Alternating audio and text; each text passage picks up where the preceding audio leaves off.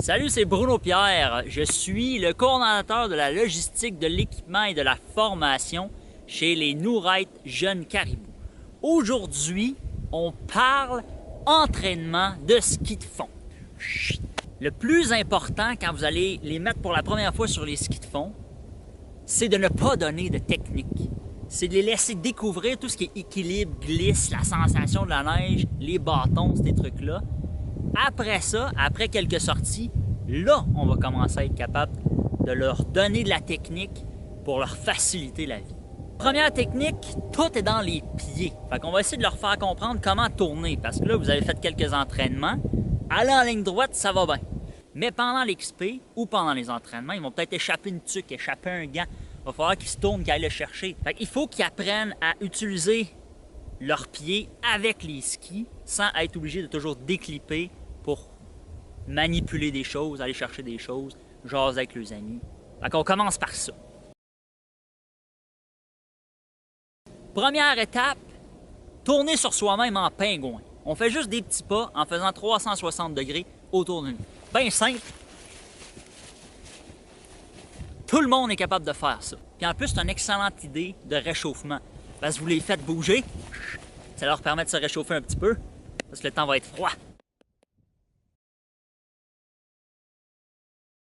Deuxième technique, ça demande un peu plus d'espace, un peu plus de contrôle, parce qu'il y en a qui pourraient se casser la marboulette, c'est le saut.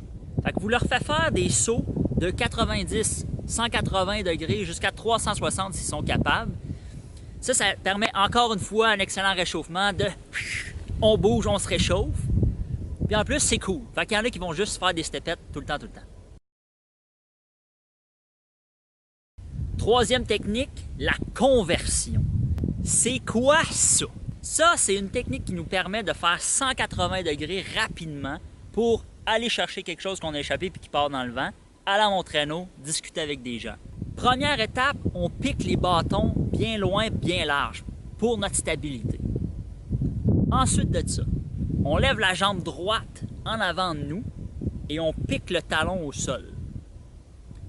De là, en faisant tourner les épaules et le bassin, on dépose le pied au sol pour que notre corps soit perpendiculaire à nos skis.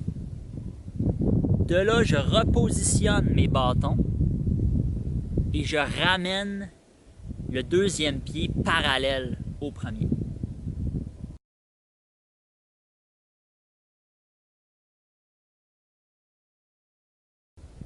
Avec cette technique-là, il y a toute une progression. Au début, on pique le talon, mais ensuite de ça, quand on est plus à l'aise, on a un meilleur équilibre, on peut le faire sans piquer le pied. Vous allez voir, c'est beaucoup plus facile, c'est plus fluide.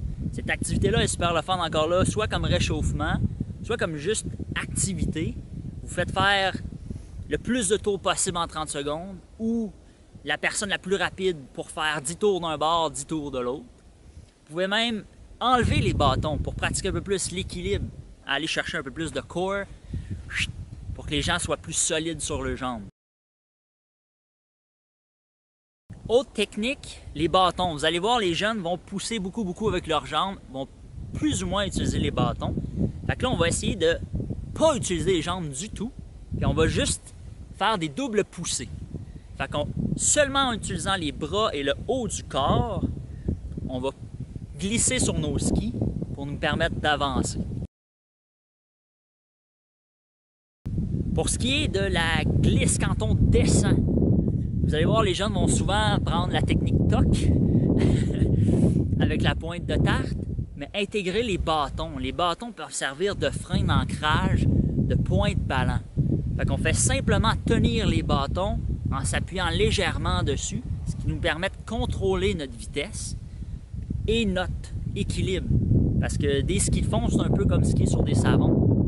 C'est pas toujours super évident de descendre avec ça.